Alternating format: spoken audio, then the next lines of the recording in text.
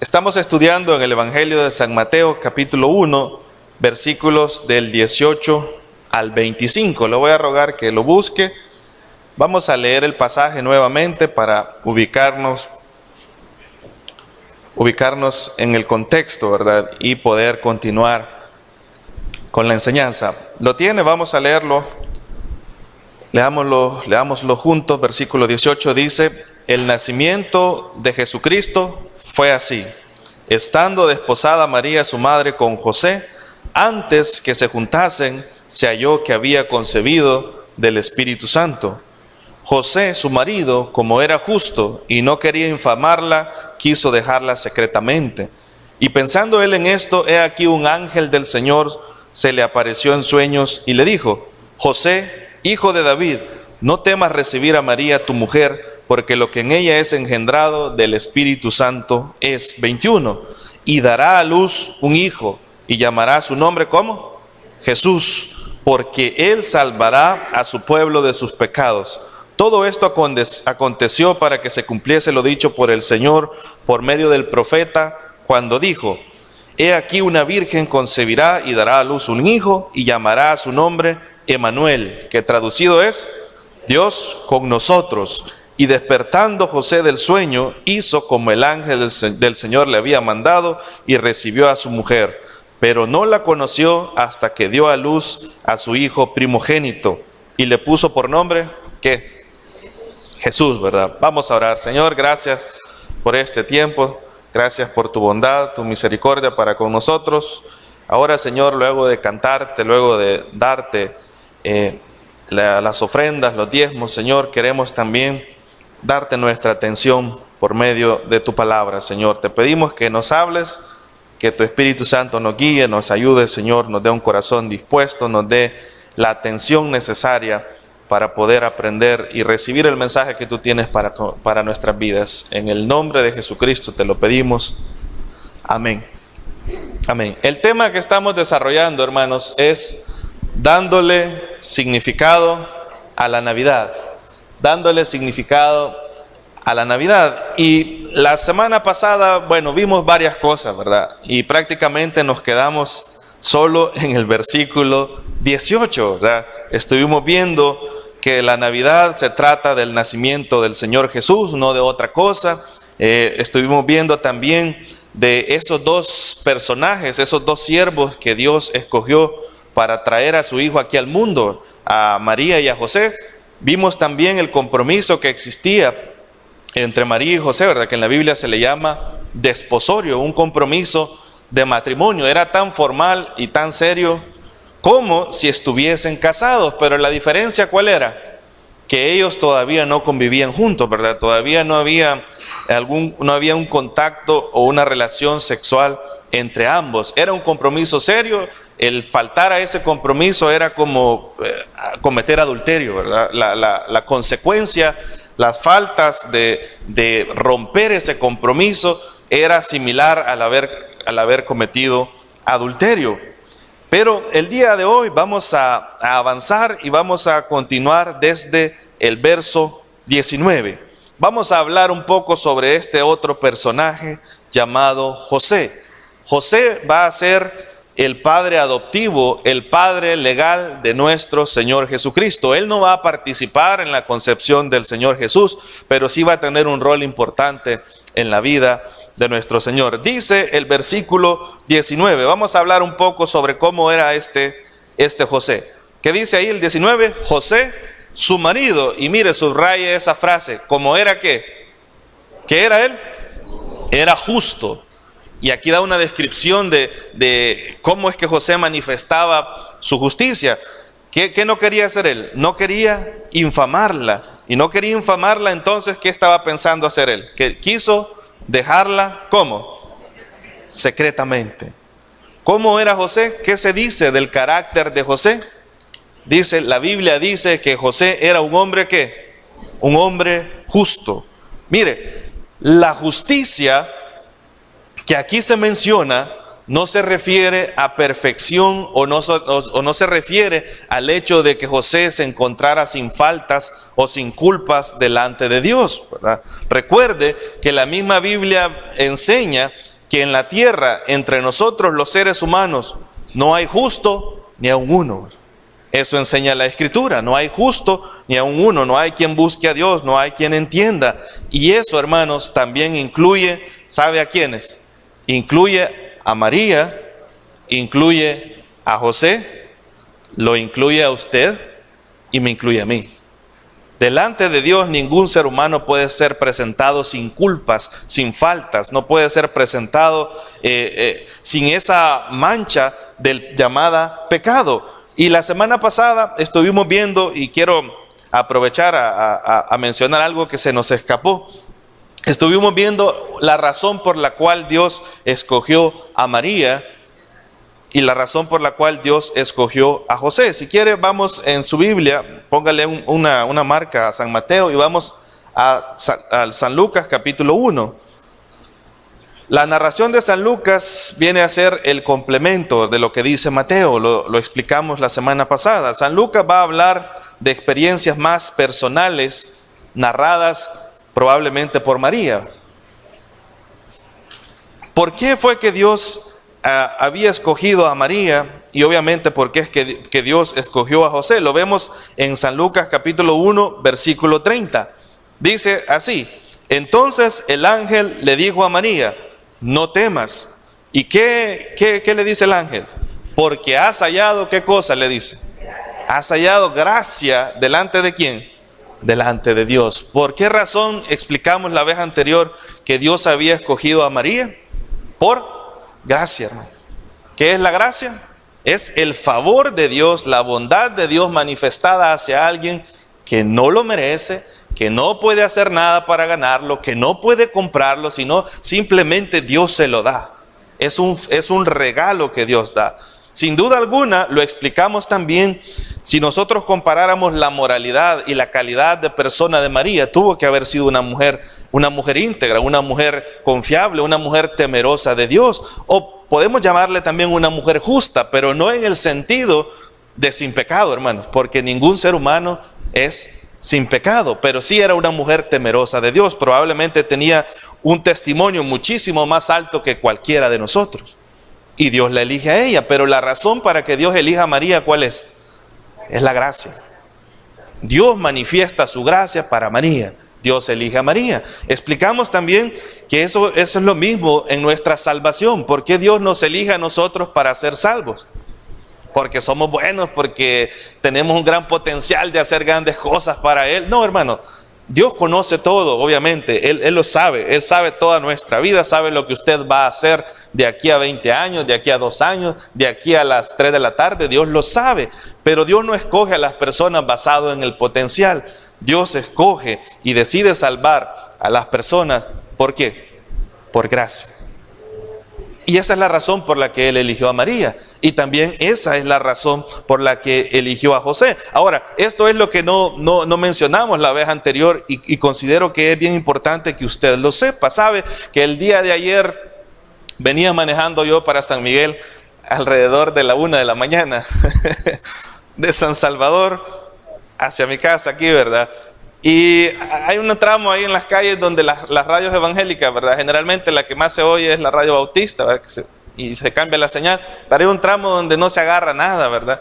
Y de repente se puso una radio católica. Y mire, hermano, qué predicación más impactante de ese hombre que estaba enseñando ahí. Pero él dijo una cosa, fíjese. Él estaba hablando del nacimiento del Señor Jesucristo, ¿verdad? Muchas cosas eran ciertas, eran acorde a la Biblia, pero él llegó a un punto, y es el punto que nosotros vamos a resaltar en esta mañana, a decir que María había sido concebida sin pecado. ¿Ya ha escuchado usted eso? A decir también de que, que María tenía una gracia perfecta, que María no necesitaba tener un Salvador, que no era pecadora. Y mire, y utilizan la Biblia porque ellos hacen su tergiversación así, ¿verdad? De algunos textos y llegan al punto de decir, bueno, que María era perfecta. O sea, sabe que si un ser humano es perfecto, si un ser humano es impecable, eso dice algo. Lo que dice es que ese ser humano no necesita un Salvador. Porque ¿quiénes necesitamos un Salvador? Los imperfectos, hermano. Los que no podemos cumplir el estándar de Dios, somos los que necesitamos un Salvador. Pero ahora, yo decía, ay, ¿por qué enseñan eso? Pero la Biblia no enseña eso. Y si usted quiere un pasaje clave que va a explicar y va a decir que aún hasta María necesitaba un Salvador, usted lo va a encontrar en San Lucas capítulo 1, versículos 46 y 47. Léalo ahí, léalo conmigo. Mire, este es un canto que María va a decir, es un brote de alabanza de María hacia Dios, y son palabras que salieron de la propia boca de María. Dice el versículo 46, ¿qué dijo ella? Entonces María dijo, después de que el ángel le ha dado el mensaje, ¿verdad? ¿Qué dijo ella? Engrandece, alma mía, al Señor. Desde ahí está estableciendo que hay una diferencia entre Dios y ella. Pero versículo 47 dice, y mi espíritu se regocija ¿en quién? En Dios. Y subraya esta frase porque esto es lo que nosotros debemos de aprender de María. ¿Cómo le llama ella a Dios?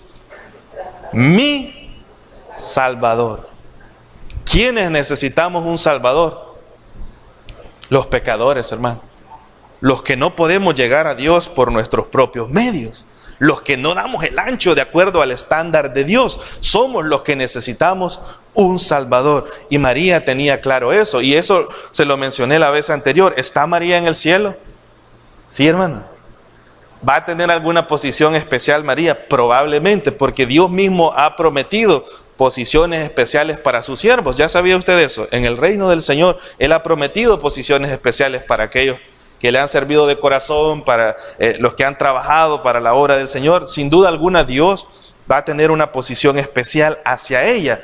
Pero la Biblia no enseña en ningún lugar de que ella fue concebida sin pecado. La Biblia no enseña en ningún lugar de que ella no necesitaba creer en ese Salvador, en ese Mesías que había de venir. La Biblia no enseña que fue llevada en cuerpo físicamente al cielo, ¿verdad? Todos esos son dogmas que no tienen explicación bíblica, sino que hay que creerlo, ¿verdad? Según la tradición.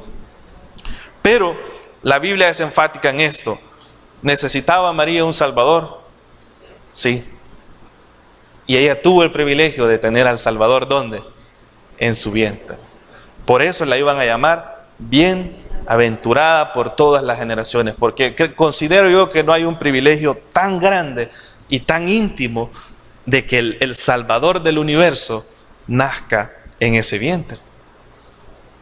Y María lo reconoce y dice, engrandece, alma mía, ¿a quién?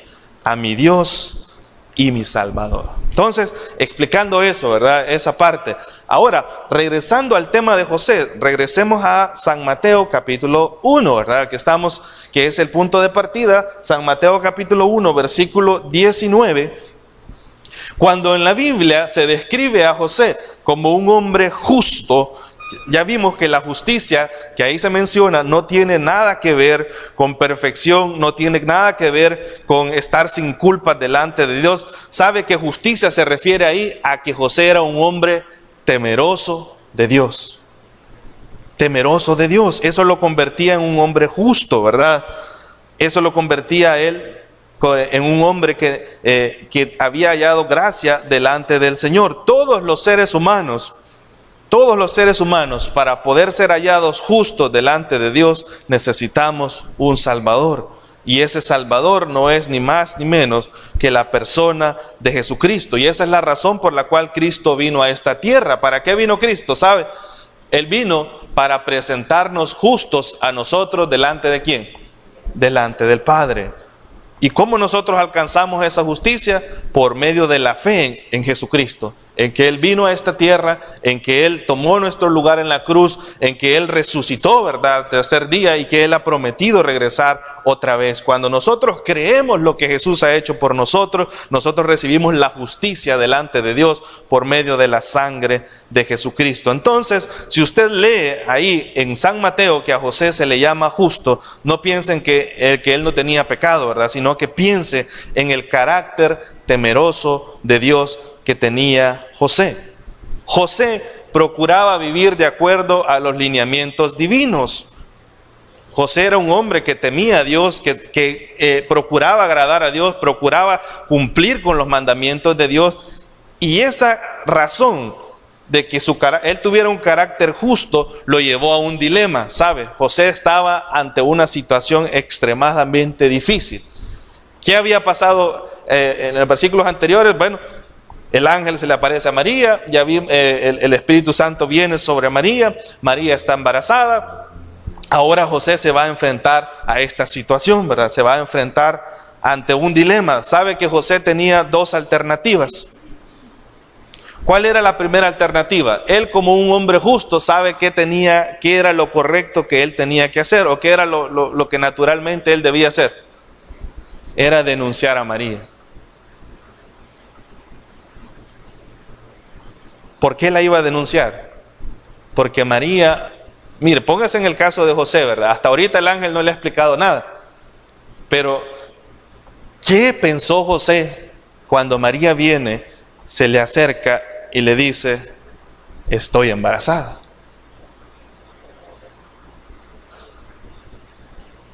¿Sabe qué es lo peor? Que José sabe que ese niño no es de él.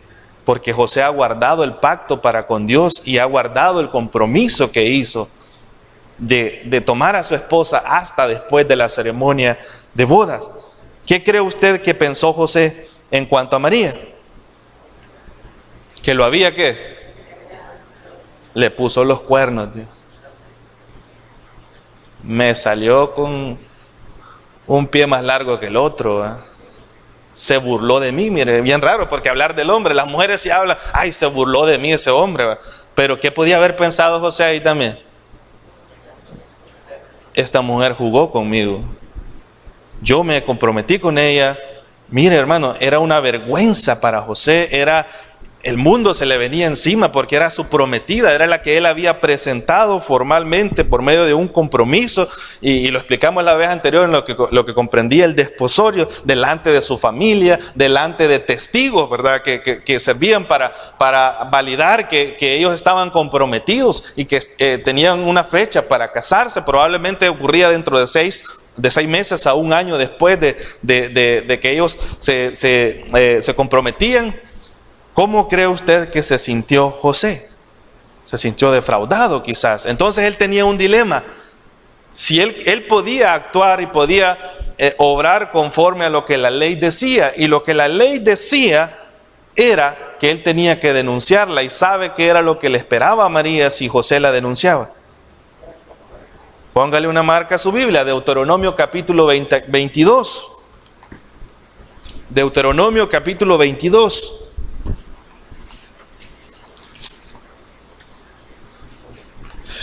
Si lo encontramos rápido, Levítico, número, Deuteronomio, aquí está, 22, versículos 23 y 24. El dilema de José, si él actuaba conforme a sus derechos, él podía hacer esto. ¿Qué dice el versículo 23 y 24 del capítulo 22? ¿Lo tienen? Dice así, mire: y si hubiera una muchacha virgen desposada con alguno, y alguno la hallara en la ciudad y se acostare con ella, entonces ¿qué le iba a pasar? Sacaréis a ambos a la puerta de la ciudad, y ¿qué iban a hacer? Los iban a felicitar y los apedrearéis. ¿Y qué va a pasar con ellos? Y morirán. La joven, porque no dio voces en la ciudad, es decir, la joven ¿por qué no hizo algo? Pues, ¿por qué no gritó y no dijo, mire, ese hombre quiere hacerme algo? Y el hombre, porque humilló a la mujer de su prójimo, así quitaréis el mal de en medio de ti. El dilema de José era grave, hermano, era una cosa bien complicada. Yo no quisiera estar en el lugar de José ante esta situación que se le viene.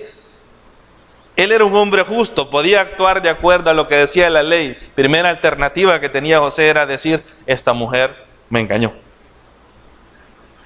No respetó su compromiso. ¿Y qué le iba a esperar a María? Según lo que leímos, ¿qué decía la ley? ¿Qué le iba a esperar a él? Podía ser muerta a pedradas, hermano. Morir lapidada. Pero José también tenía otra alternativa, fíjese. Este era el dilema. La otra alternativa era, o bien la denunciaba para que María sufriera las consecuencias de su supuesta falta, o José mostraba misericordia divorciándose secretamente de ella. ¿Qué hubiera hecho usted en lugar de José? Para que sufra la canalla, hubiera dicho usted, ¿verdad? De mí nadie se burla, ¿verdad? Y hoy va a saber quién soy yo, ¿verdad? Y a mí una vez me la hacen, ¿verdad? Y me la pagan con creces, ¿verdad? Mire, ¿cree usted que José no pudo haber pensado así? Sí, hermano. Si era algo serio lo que María le había dicho, ¿verdad? Le dice, estoy embarazada. Y José sabe que él no ha tenido nada con ella porque él ha guardado su pacto, ¿verdad? ¿Qué hubiera hecho usted? Mire, piense por un momento. ¿Cómo se sintió José cuando María le dijo que estaba embarazada? Imagínese esto, la mujer que él había elegido como futura esposa, que él había presentado, que ya su familia, sus amigos, los que le conocían, sabía que estaban comprometidas con él para casarse, viene y le dice, José, estoy embarazada. ¿Cómo cree que se sintió José? Mire, le menciono algunas palabras. Dolor, ¿no es cierto? Desilusión, confusión, vergüenza y una quinta cosa, ira, hermano. ¿No es cierto que si eso nos hubiera ocurrido a nosotros, todos esos sentimientos nos hubieran venido a nuestra vida? Desilusión, tristeza, dolor, vergüenza, ¿verdad? Porque el qué dirán, porque van a dar cuenta que la mujer me engañó, ¿verdad? Y también ira, hermanos. Pero es aquí donde se pone a prueba el carácter justo de José. ¿Cómo? ¿Cómo se va a poner a prueba el carácter justo de José? Y es aquí donde vamos a hacer una aplicación para nuestras vidas. Se va a poner a prueba en la manera en que él reacciona ante las heridas que otros le causan. ¿Me escuchó? ¿Cómo se pone a prueba el carácter justo de José? En la manera en que él reacciona ante las heridas que otros le causan. Porque ¿se sintió herido por María José? Sí, hermano. Nosotros a veces leemos la historia, ¿verdad? Y decimos, sí, dice, y su marido era justo y no quería infamarla, quiso dejarla, y pasamos al otro versículo. No, hermano, póngase en los zapatos del personaje. Póngase en la historia usted. José se sintió traicionado, pero dice ahí que él era justo y no quería infamarla. Entonces él elige la segunda alternativa, que es dejar a María secretamente. ¿Qué hubiera hecho usted? ¿Qué hubiera hecho usted en lugar de José? Mire, todos esos sentimientos que pudieron habérsele cruzado a José, como el dolor, la desilusión, la confusión, la vergüenza, la ira, sabe que para muchos de nosotros esos hubiesen sido los detonadores que hubieran hecho que nos olvidáramos de que somos creyentes y reaccionáramos sin misericordia en contra de nuestro ofensor, haciendo valer nuestros derechos. Y oiga bien, y esto es lo que nosotros hacemos, exigiendo que quien nos hirió sufra las consecuencias de su falta. ¿No es cierto? Usted dice, yo tengo derecho. Si es que yo no estoy pidiendo algo que no esté fuera de los derechos que me son asignados. Yo quiero que el que me hirió, que el que cometió la falta en contra mía, sufra. Ese es el sentimiento y la reacción que muchos de nosotros, aún siendo creyentes, tenemos ante lo que los demás nos hacen. Pero ¿dónde se ve la verdadera justicia de José? ¿Dónde se ve que José es verdaderamente un hombre temeroso de Dios? En el hecho de que José pone a un lado sus derechos y exige, sabe, pasar por una vergüenza también, que es dejar a María secretamente. José va a hacer eso. Mire, ¿qué hubiera hecho usted en lugar de José? ¿Hubiera elegido el castigo para esa persona que le hirió, o hubiese elegido la misericordia y la vergüenza de disolver el compromiso de forma secreta?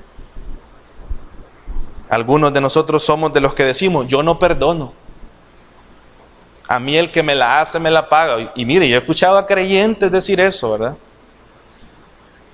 Justo, ¿verdad?, delante de Dios. Pero si alguien se mete y los hace sufrir, si alguien los traiciona, si alguien hace algo en su contra, la reacción de estos supuestos creyentes deja mucho que desear. ¿Qué es lo que va a hacer José? Esto es lo admirable de José y es uno de los puntos que quiero resaltar en esta mañana. La reacción de José sigue siendo la reacción de un hombre justo. ¿Sabe qué hace José? Él se sigue comportando como lo haría un creyente a pesar de lo aparentemente malo que María había hecho en su contra. ¿No ve usted eso en el pasaje? Si que era lo más fácil para José para quedar él bien delante de la gente. ¿Qué era lo más fácil? Y a lo que él tenía derecho era infamarla, a decir, esta mujer me traicionó. Y tenía todas las de ganar porque era cierto. Aparentemente, ¿verdad? Aparentemente. A veces esa es la manera. Esa es la manera, la forma que José lo hizo es la manera en la que una persona que teme a Dios debe reaccionar, ¿sabe? Al final Dios juzga nuestra causa y Él le va a dar a cada quien lo que le corresponde. Y sin duda alguna José confiaba en eso. Y él no quería que a María, ¿sabe que la palabra infamar, sabe qué significa? Hablar en mal del otro o poner por debajo la honra de la otra persona. ¿La honra de quién habían pisoteado ahí? Aparentemente, la de José. ¿Pero qué no quería hacer él? Hacerlo con María. Que la honra de María fuera pisoteada, que se hablara mal de María, que se llevara a María a morir apedreada. Él no quería hacer eso, hermanos. Ahora, ¿qué aprendemos nosotros? ¿Cómo reacciona usted cuando alguien lo ha traicionado? ¿Cómo reacciona usted cuando alguien lo ha herido, ha hecho algo en su contra? Y usted tiene todo el derecho a veces, y usted tiene dos alternativas. O actúa usted y toma la justicia en sus manos y usted viene y dice que sufra, que pague, que todo lo que yo sentí, ¿verdad? Que él lo sienta al doble y se pone en esa actitud. O decide comportarse como un creyente. ¿Qué decidió José? Seguir siendo un hombre justo, a pesar de que eso le causara dolor. Pero mire, esto es lo bonito, cuando nosotros obramos de esa manera, cuando nosotros reaccionamos de la forma en que Dios espera que reaccionemos, sin duda alguna Dios va a intervenir, porque Dios es un Dios justo. Y Dios no va a dejar, si es que nos están pisoteando, si es que alguien nos está ofendiendo, nos está haciendo algo malo, Dios no va a dejar que las cosas se queden así. Si nosotros obedecemos a Dios y reaccionamos como creyentes y nos comportamos como creyentes, Dios va a intervenir. Y eso es lo que vemos en la historia. Mire, Dios interviene justo en el momento en que tiene que hacerlo. Porque ya el plan de José está decidido. ¿Qué va a hacer él? La va a dejar secretamente.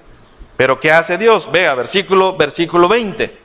Dios conoce aún hasta los más íntimos pensamientos y lo vemos ahí con José. ¿Qué dice? Y pensando él en esto, ¿qué pasó? He aquí un ángel del Señor, ¿qué hizo? Se le apareció en sueños y le dijo: José, hijo de David, no temas recibir a María tu mujer, porque lo que en ella es engendrado, ¿de quién es?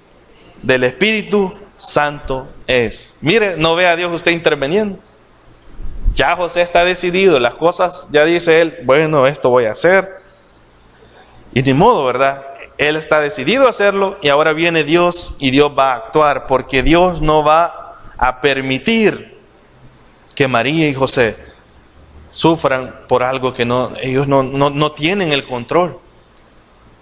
Tenía la culpa María de lo que había pasado. ¿Sabe qué estaba haciendo María? Obedeciendo a Dios, ¿no es cierto? A pesar de las consecuencias que le podía haber traído. ¿Qué estaba haciendo José? Reaccionando como Dios quería que reaccionara. ¿A pesar de qué? De que hablaran de él, a pesar de que él le doliera, a pesar de todo eso. Y Dios viene ahora y Dios va a intervenir. Y Dios le va a enviar un ángel. ¿Sabe? Yo me ponía a pensar, ¿por qué Dios no le envió a José directamente un profeta, por ejemplo? Había pocos profetas en esta época, ¿verdad? De hecho, ya se va a levantar Juan el Bautista, que va a entrar dentro de los últimos profetas que se van a levantar ahí. Pero ¿por qué Dios no le mandó un profeta, sabe? Porque la situación era tan grave y era tan delicada que ameritaba que Dios mismo hiciera una intervención divina para convencer a este hombre que la mujer no lo había traicionado. Entonces Dios viene y envía a su ángel. ¿Qué ángel envió? No lo sé, hermanos, pero el ángel que está involucrado en toda esta historia, ¿cómo se llama? Rafael. ¿Cómo se llama? Gabriel, ¿verdad? Como ya hablan de un ángel Rafael, ¿verdad? De un ángel no sé qué, ¿verdad? ¿Ya ha escuchado usted, ¿verdad?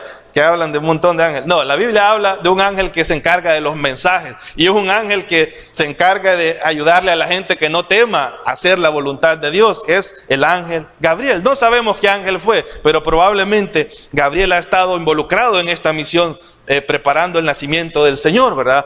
Va a aparecer Gabriel probablemente y le va a decir a José: José, no temas, no temas.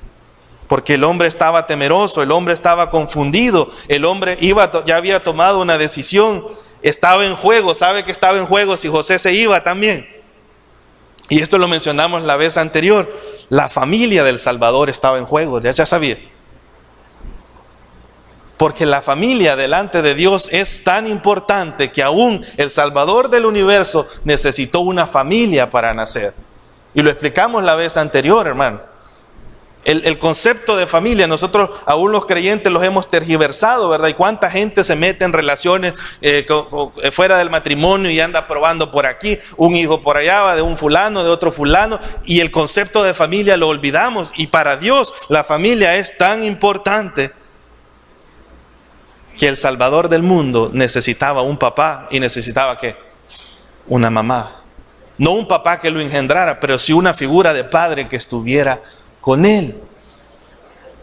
Y Dios no va a permitir que ese papá se le vaya.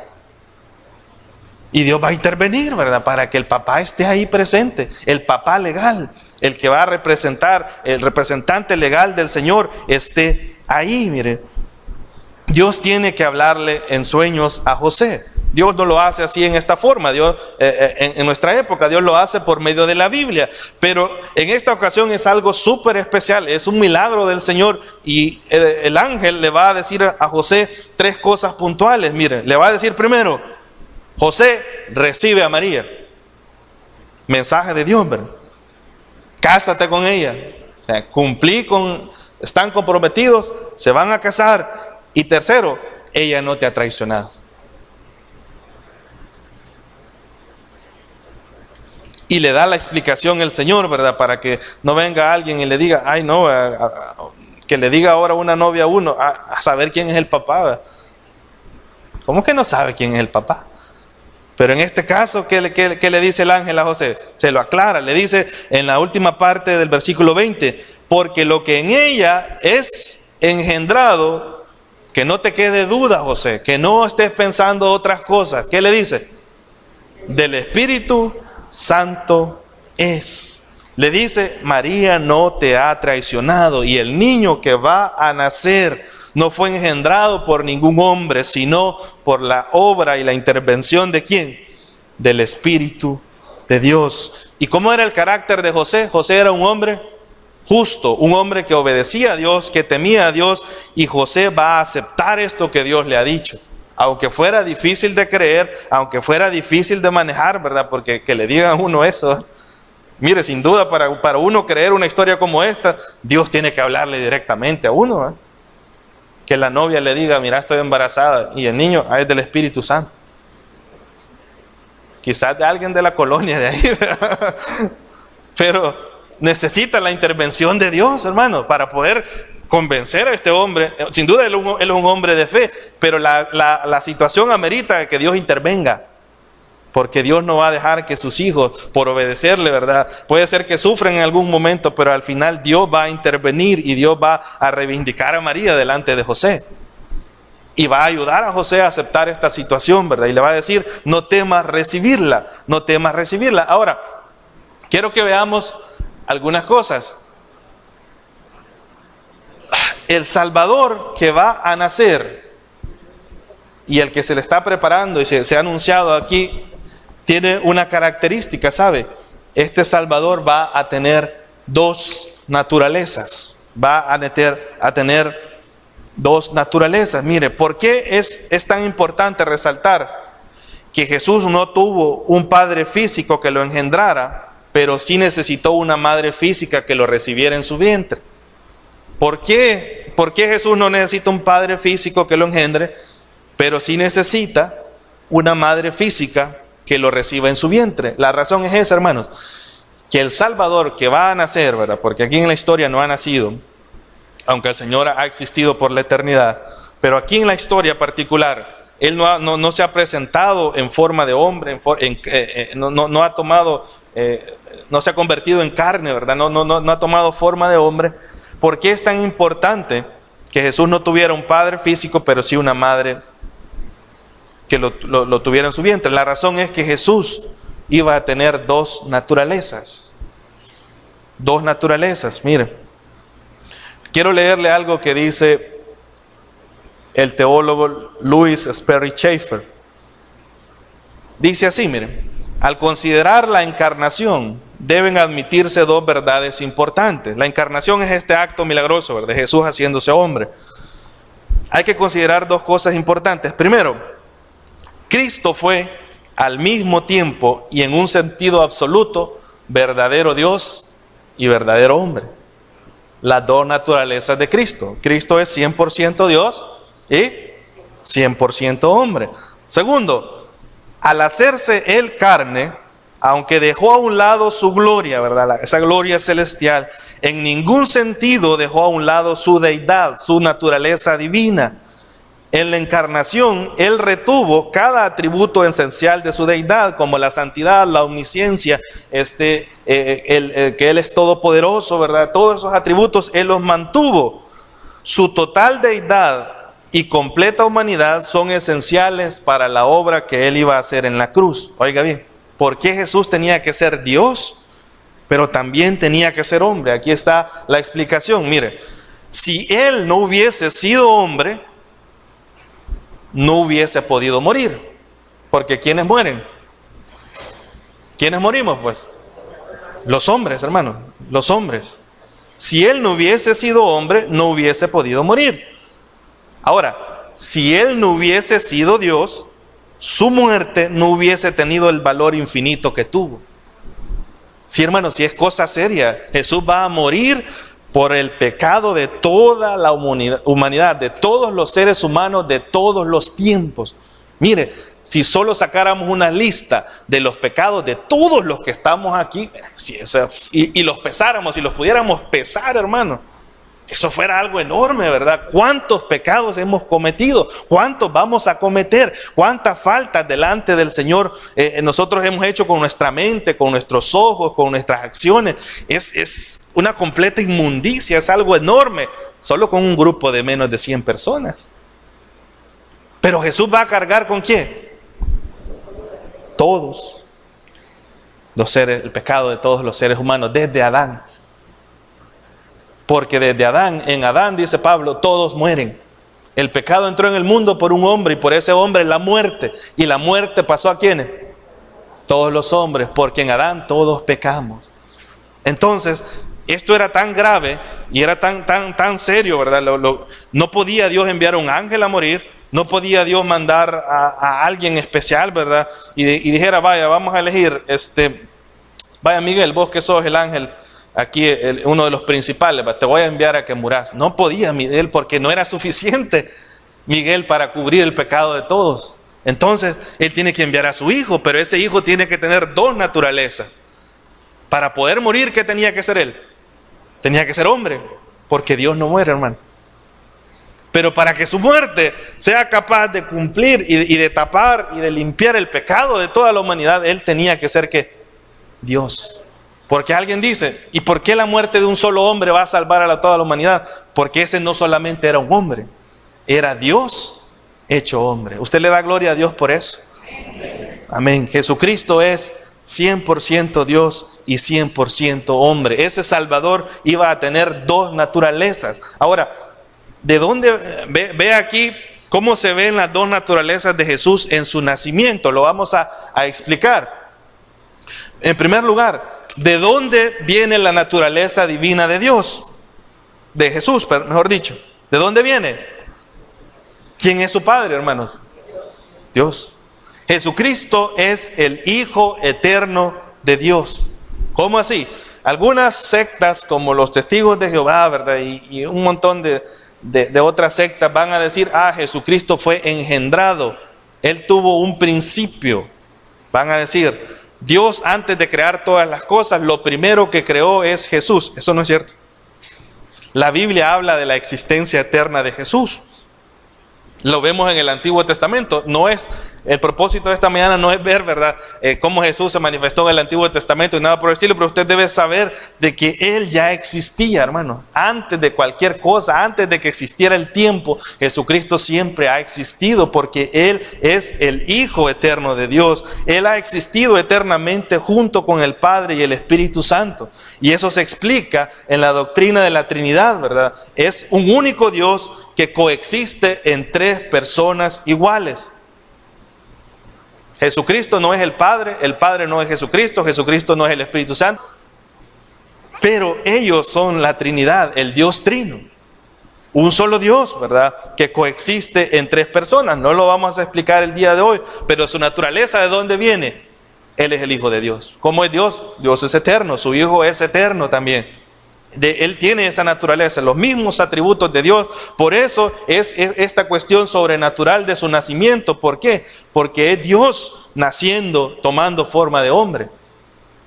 Ahora, si quiere solo escuche lo que le voy a leer.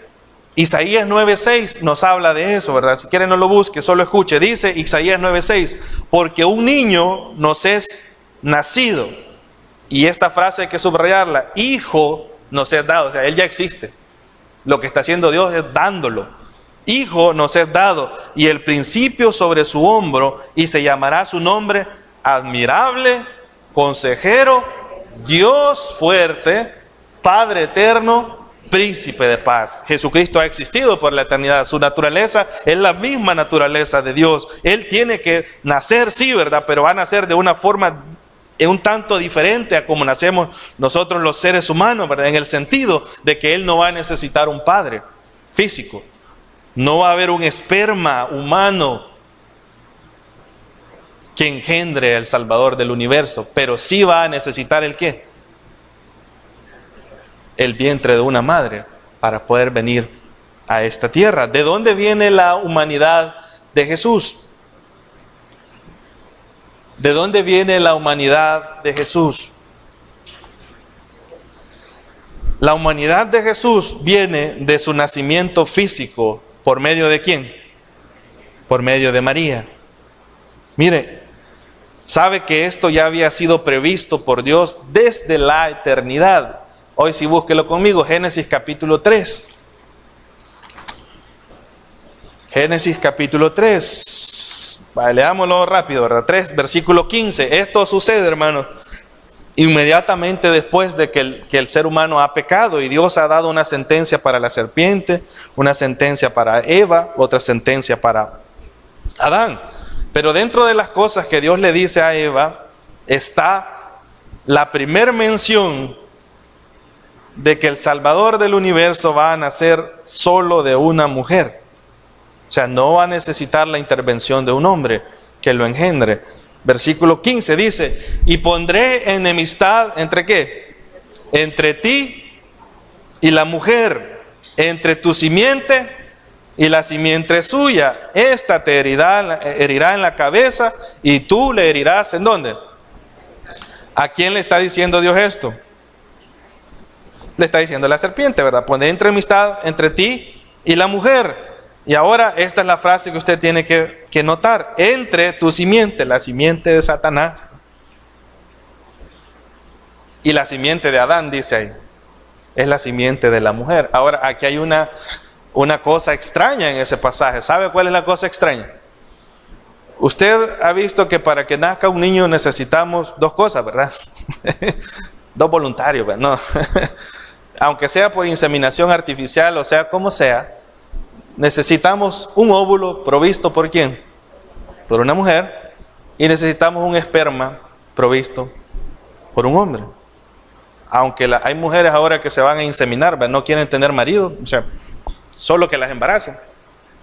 y tener un hijo, y es todo. Y el hijo sin padre, ¿va? A saber, buscan un catálogo, les dan, ¿va? Para, si lo quiere chelito, bonito, hasta la profesión del hombre que ha donado el esperma, ¿va?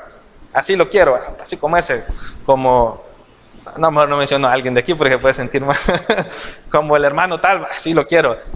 Ahí está. Pero no, hermanos, mire, el esperma o la palabra semen que nosotros conocemos es la misma palabra de donde viene la palabra simiente. ¿Quién es el que levanta simiente? Es el hombre. ¿Ya sabía? La simiente viene del hombre. El hombre es el que da, se cree que él es el que da la sangre, donde van los genes, ¿verdad? Donde va el pecado. El pecado de Adán, que está en sus genes, está en su sangre, es transmitido de Adán hacia sus hijos. Obviamente ahí va, Adán lleva a pecadores, sus hijos son pecadores y todos los que nacen son pecadores. Pero aquí Dios está hablando de una enemistad, de una lucha entre la simiente de Satanás y la simiente de Eva. Mire, pero una mujer no tiene simiente. ¿De qué está hablando Dios aquí? Está hablando de que va a haber una mujer en el futuro, ¿verdad? Que va a levantar descendencia. O sea, alguien va a nacer, alguien solo de una mujer. ¿Quién es ese, hermano? Es Jesucristo. Dios estaba profetizando eso, esa simiente que se menciona en Génesis capítulo 3, dice la simiente de la serpiente y la simiente de la mujer, y ahí habla de lo que Jesús va a hacer. Él va a venir y destruir el imperio de Satanás, ¿verdad? Porque dice, esta te herirá en la cabeza y tú le herirás, ¿en dónde? En el calcañal. Satanás va a herir a Jesús en la cruz, pero Jesús lo va a destruir con su muerte y su resurrección. Amén. Amén. Entonces, Dios ha profetizado eso. ¿De dónde va a venir la naturaleza humana de Jesús? ¿De dónde viene? De María. ¿Por qué no necesitaba un padre? Porque Él es Dios. Y como Dios, Él es santo. Él es sin pecado. Y el pecado, la herencia del pecado, ¿sabe quién la transmite? Según la Biblia, la transmite el hombre. Pero para que nazca un ser humano, como se necesita un hombre y una mujer, todos los que nacen son ¿qué? Pecadores. Aún desde el vientre, a excepción del que fue concebido sin la intervención de un ser humano. ¿Y ese quién es? Es Jesús. Regresemos a Mateo 1:23. Mateo 1:23 dice, he aquí una virgen concebirá y dará a luz un hijo y llamará su nombre ¿cómo? Emmanuel, que traducido es Dios con nosotros. Jesús no iba a nacer solo de una mujer o de cualquier mujer. Él iba a nacer de una virgen, de una que no había conocido varón. Y esa muy favorecida y al que Dios le manifestó su gracia eligiéndola fue María. María fue el medio por el cual Jesús nació. La naturaleza humana de Jesús vino de ese lado, sin la intervención de ningún ser humano. Entonces Él debía ser Dios. Lo vemos en su nacimiento. Pero también, ¿qué tenía que ser Él? Tenía que ser hombre, ¿verdad? Tenía que ser hombre.